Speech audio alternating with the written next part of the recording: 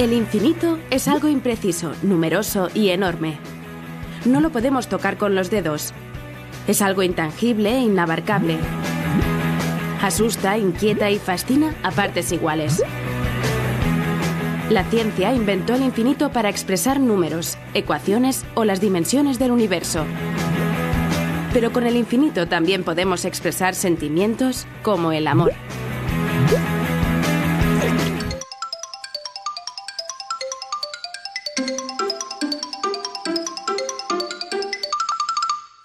Quien busque el infinito, que cierre los ojos. Eso dijo el escritor checo Milan Kundera.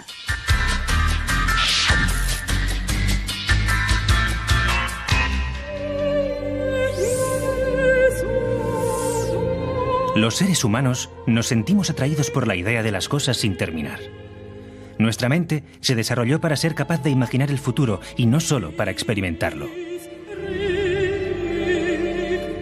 Por eso, desde el comienzo de la humanidad, nos hemos preguntado si podemos vivir para siempre.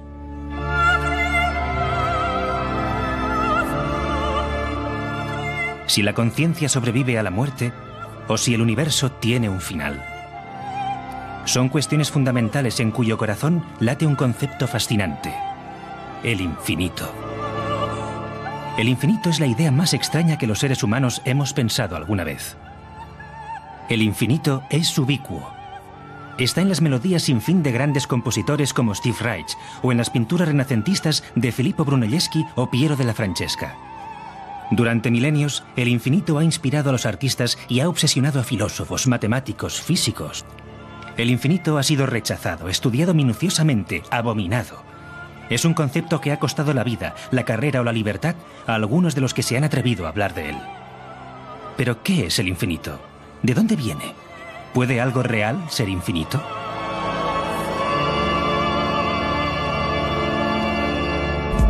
Raúl Ibáñez y Manuel de León nos explican uno de los mayores desafíos a los que se ha enfrentado la ciencia: dar sentido al infinito. Con Juan García Bellido y Emilio Elizalde, averiguaremos si el infinito es la señal de que nos faltan piezas clave para entender la naturaleza última de la realidad, o si se trata de la solución a los problemas del origen y el destino de nuestra existencia. A todos ellos les preguntamos: ¿infinito es un concepto real? Es un concepto real. Para los matemáticos es muy real. Es un concepto abstracto, pero en realidad es una idealización. Para mí es perfectamente real.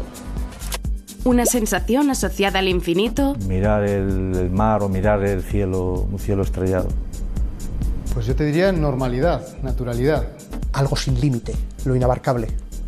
No me produce ninguna sensación especial.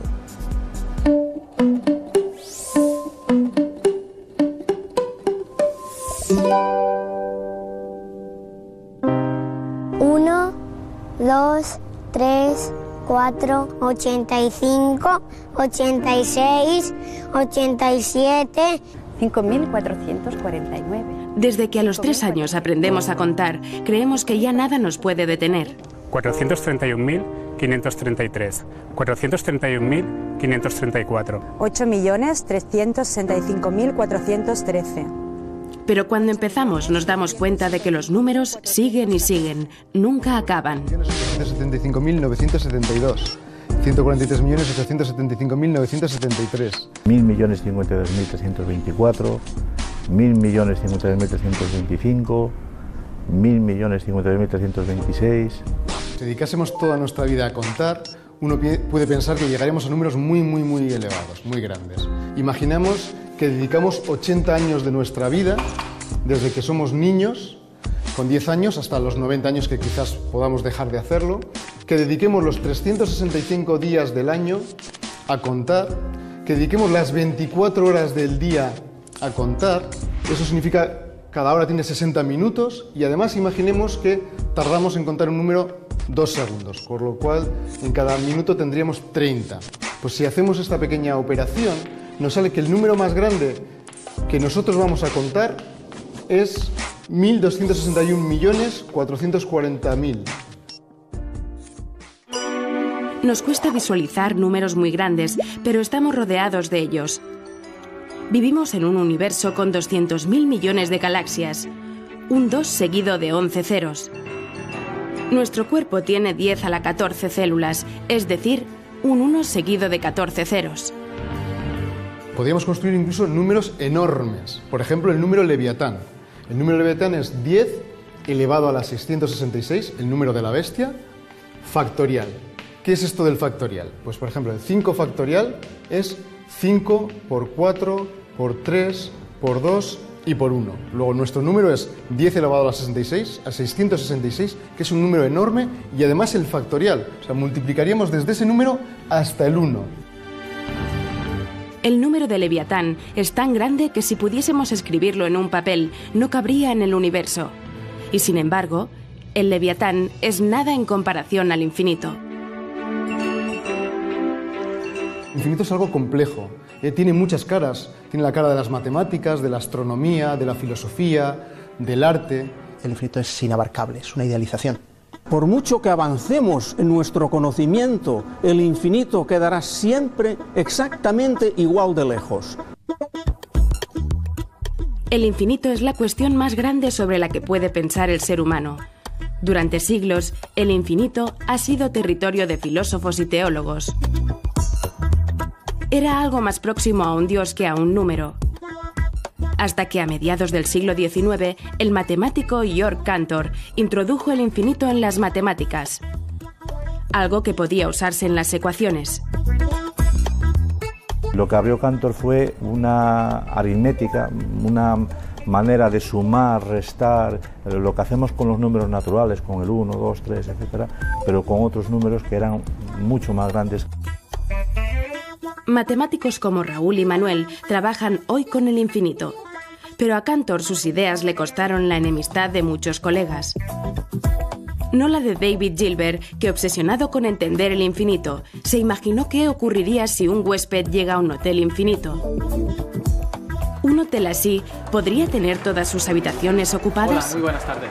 Buenas tardes. Hola, muy buenas tardes. ¿Una habitación libre? David Gilbert ideó un hotel que tiene infinitas habitaciones, que está ocupado, no hay habitaciones libres, llega un huésped y pregunta si tiene habitaciones libres y le dicen que sí, que hay una habitación libre para él. ¿Cómo se consigue una habitación libre? Pues pasando el huésped de la número 1 al número 2, el huésped de la habitación número 2 a la número 3 y así sucesivamente, con lo cual queda la habitación número 1 libre para ese huésped que acaba de llegar.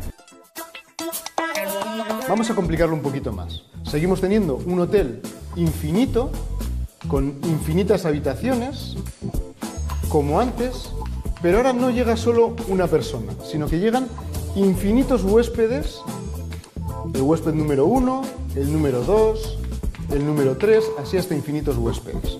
Y quieren pasar la noche, y le piden al de recepción a ver si tienen habitaciones libres. El de recepción lo piensa un poco y dice, pues sí, podríamos tener habitaciones libres. Un grupo de infinitas personas, ¿tendrían habitaciones libres? Lo que hace es decirle al de la habitación número 1 que se vaya a la habitación número 2. Al de la habitación número 2 que se vaya a la habitación número 4. El de la habitación número 3 que se vaya a la habitación número 6. Y así continuaríamos, con lo cual quedarían libres las habitaciones impares y nuestros huéspedes se irían metiendo en las habitaciones impares. Los números naturales, que son los que usamos para contar, 1, 2, 3, 4, etc., son los mismos. Hay misma cantidad de números naturales que de números pares, que son una parte de los números naturales, 2, 4, 6, etc.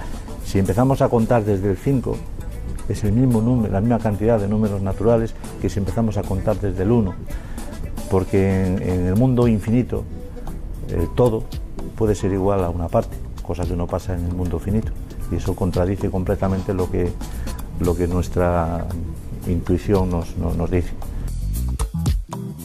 Infinito no es un número muy grande. A infinito le sumes lo que le sumes, sigue siendo infinito. Tampoco hay un único infinito, sino muchos. El infinito, lo mires por donde lo mires, es extraño. Nuestra sociedad sería imposible sin el infinito. Por ejemplo, conceptos como el cálculo, ¿vale?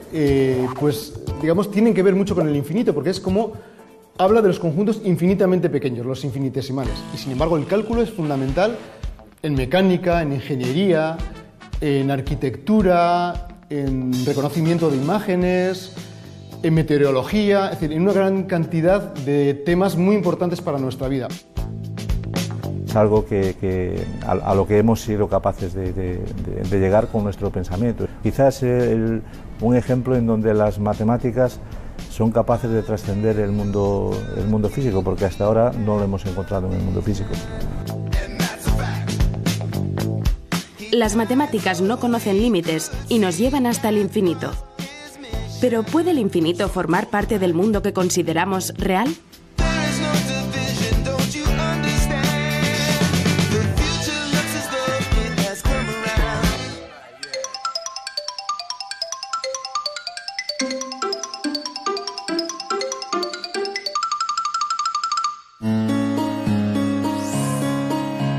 Algunas culturas han mostrado tener miedo al infinito. Los griegos, por ejemplo, lo evitaron constantemente y su sistema numérico solo llegaba hasta el 10.000. Los romanos fueron un poco más allá y el número más grande que jamás escribieron fue 3 millones. En Oriente, sin embargo, ya eran capaces de pensar en grandes números desde la antigüedad. A Buda se le atribuye mencionar un número con 421 cifras. Para los hindúes, de hecho, el espacio siempre fue infinito. Donde acaba nuestro mundo, empezaban otros infinitos universos diferentes.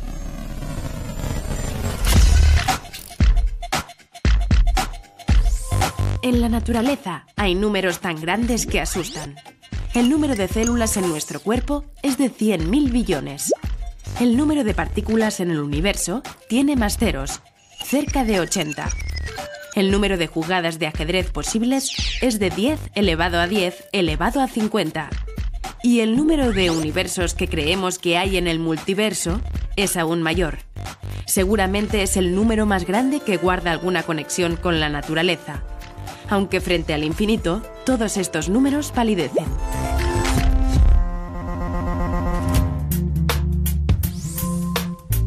El infinito inspira a los artistas.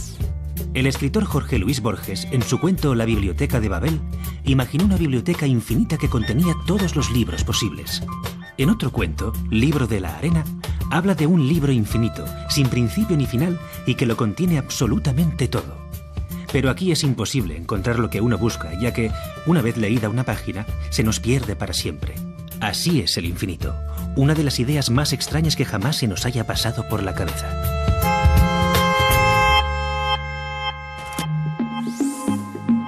El símbolo matemático del infinito nació en el siglo XVII. Parece un 8 tumbado, pero en realidad corresponde a una figura matemática llamada Lemiscata de Bernoulli. Antes, sin embargo, la idea del infinito se representaba con un círculo. La serpiente que se muerde la cola data del 1600 a.C. y representa un ciclo eterno.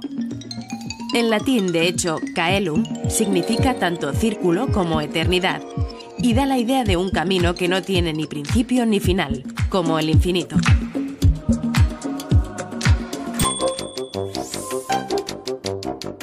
El teorema de los infinitos monos dice que si un mono se pone a escribir a máquina al azar durante un tiempo infinito, acabará por escribir toda la obra de Shakespeare. Es una idea que lanzó un matemático en 1913 y que nunca fue más que una metáfora divertida. Ahora, un programador norteamericano ha creado una serie de monos virtuales para comprobarlo. Millones de pequeños programas informáticos se pusieron a escribir automáticamente letras al azar y en menos de un mes generaron un soneto de Shakespeare.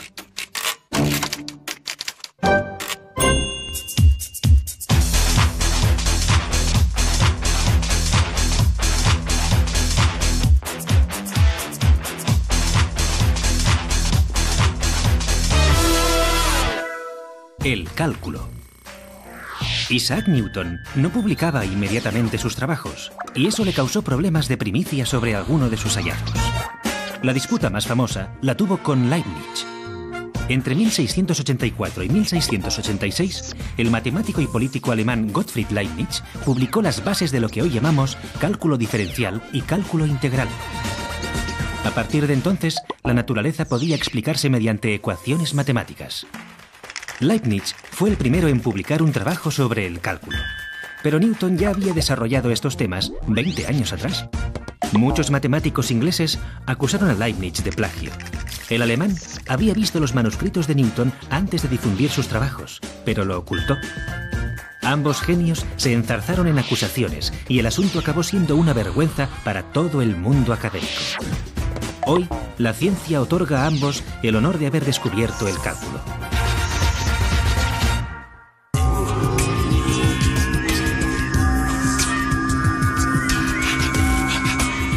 Aristóteles creía que podíamos contar ad infinitum, pero descartó que el universo no tuviese fin. En el siglo XVI, el filósofo Giordano Bruno afirmó que el universo era infinito y que existirían otras muchas tierras orbitando alrededor de estrellas como nuestro Sol. Su idea enfureció a la Iglesia Católica y fue condenado y quemado en la hoguera. Solo Dios podía ser verdaderamente infinito. La mayoría de los cosmólogos consideran que el universo es infinito, a pesar de que nosotros tenemos acceso a información solamente hasta una región finita.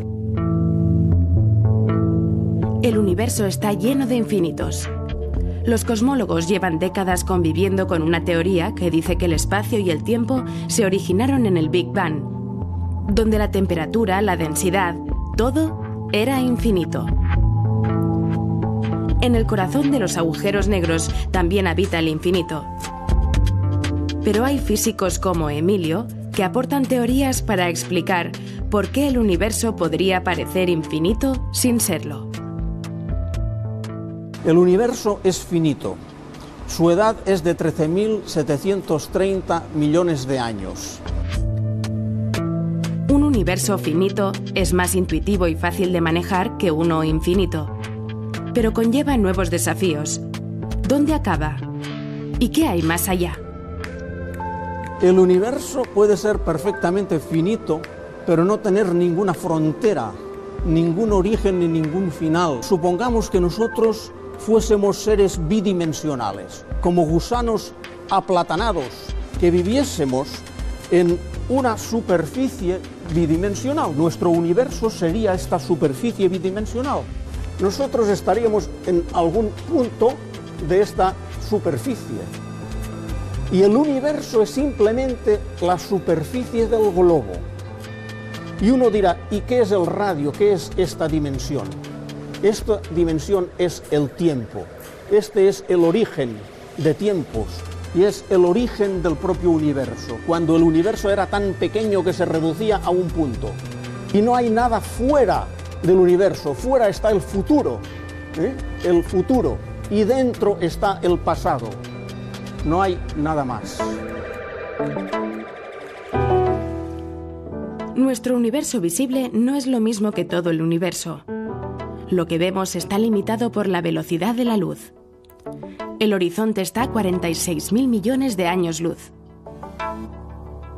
La luz viaja a la velocidad de 300.000 kilómetros por segundo y a esa velocidad los objetos que están lejanos tardan un tiempo en llegarnos a nosotros. Por ejemplo, la luz que emite la Luna tarda aproximadamente un segundo en llegar a la Tierra. Las estrellas más cercanas, quizá la Alpha Centauri, por ejemplo, están a 2,4 años luz de distancia, y las galaxias más próximas, parte de nuestro grupo, como la Andrómeda, están a 2,5 millones de años luz. De manera que cuanto más lejos nos vamos hacia dentro del universo, hacia el interior, más nos alejamos en el tiempo. Y por lo tanto estamos viendo cómo era el universo en el pasado. Durante décadas hemos supuesto que lo que quedaba en las zonas donde no nos llega la luz, si es que hay algo, era igual a lo que conocemos. Pero las cosas han cambiado. Los cosmólogos como Juan han elaborado teorías que predicen con exactitud qué puede haber allí donde no tenemos acceso. La clave está en una luz muy especial. La luz más vieja que hemos detectado hasta la fecha. Empezó su viaje hace unos 13.300 millones de años. Se llama fondo cósmico de microondas. El fondo cósmico de microondas en realidad es el rescoldo o los rescoldos del Big Bang. Gracias al fondo de radiación tenemos hoy en día información sobre el contenido de materia, el contenido de energía del universo. Y una de las cosas que nos sorprende de ese fondo de radiación es que es enormemente uniforme. Durante miles, millones de años, de las zonas rojizas de esta imagen nacieron las galaxias. De las azules, los grandes vacíos. Su distribución encaja con lo que vemos hoy al mirar al cielo con nuestros telescopios. Sin embargo, la teoría del Big Bang es incapaz de explicar cómo de una explosión surgió un universo tan homogéneo. Para darle sentido, los físicos idearon una teoría que explica qué pasó en los primeros instantes del universo. Es la teoría de la inflación. La inflación describe de qué manera el universo pasó de escalas realmente microscópicas hasta escalas suficientemente grandes. De una forma análoga, para que hagáis una idea de órdenes de magnitud, entre crecer del tamaño de un guisante hasta el tamaño del universo actual. Esa es la tremenda expansión que sufrió el universo primitivo. La inflación fue el motor de la expansión del universo y la radiación de fondo de microondas es la prueba de que sucedió. Por ello, en esta imagen están las respuestas a algunos de los interrogantes sobre el universo. Por ejemplo, si es infinito o simplemente inabarcable. Esos grumos, que más tarde darán lugar a galaxias, a supercúmulos de galaxias y a vacíos, tienen información sobre el tamaño del universo. Serían distintas si el tamaño del universo fuera finito. Nosotros observamos de esas anisotropías del fondo de radiación que habitamos una cierta región del espacio y esa región tiene un tamaño, podemos caracterizar por un radio d, que corresponde, está dentro de un universo. Podemos imaginar ese universo, en principio es una licencia, como si fuera una esfera con un cierto radio. Pues bien, el radio de ese universo, es decir, el tamaño del universo es 1000 veces mayor que el universo observado. A regiones que están alejadas de la nuestra una cierta distancia, también hay espacio, también hay tiempo. Y en esas otras regiones podría haber otras evoluciones distintas. Por ejemplo, civilizaciones que ni siquiera ya han surgido, u otras que, al contrario, ya han pasado, ya han muerto, ya han desaparecido ya. La inflación es la mejor teoría que tenemos para entender la historia del cosmos. Esta misma teoría nos dice que nuestro universo visible es tan solo una isla dentro de un universo mucho mayor. Si nos alejamos lo suficiente, podríamos encontrar otras islas con dobles de nosotros mismos. En algunas de estas regiones, tal vez ni hemos nacido. En otras, puede que seamos ancianos o que hayamos muerto. Pero la inflación puede ser más desconcertante todavía. Predice que en el origen de todo pudieron formarse no islas, sino universos enteros. Múltiples universos independientes. Si nosotros pudiéramos asegurarnos de que esas anisotropías que vemos en el fondo de radiación nos aseguran que esta imagen es correcta, entonces irremediablemente tendríamos que imaginar al universo como un ente infinito. O al menos, si no infinito, lo suficientemente grande como para que a todas luces lo fuera. Aún no sabemos con certeza si vivimos en un universo infinito o si nuestro universo es solo uno entre muchos. Cualquiera de las opciones desafía nuestra intuición, nuestra ética, nuestras creencias. Dependiendo de nuestro concepto de universo podremos determinar si es finito o infinito. El ser humano siempre ha tendido a alcanzar o a buscar los límites, ya sea lo más alto, lo más alejado de nosotros, lo más profundo, lo más espiritual o incluso lo más musical. Sin embargo, como sabemos, nuestra inteligencia, nuestra mente es limitada y es posible que no lleguemos a descubrir si el universo es infinito o infinito. El dilema entre lo finito y lo infinito está enraizando en nuestra mente. Lo encontramos al contar, al pensar sobre nuestro origen. Hubo un tiempo en el que el infinito parecía un espíritu maligno decidido a confundir nuestro camino. Ahora sabemos que es nuestra guía más segura para conocer la naturaleza última de la realidad.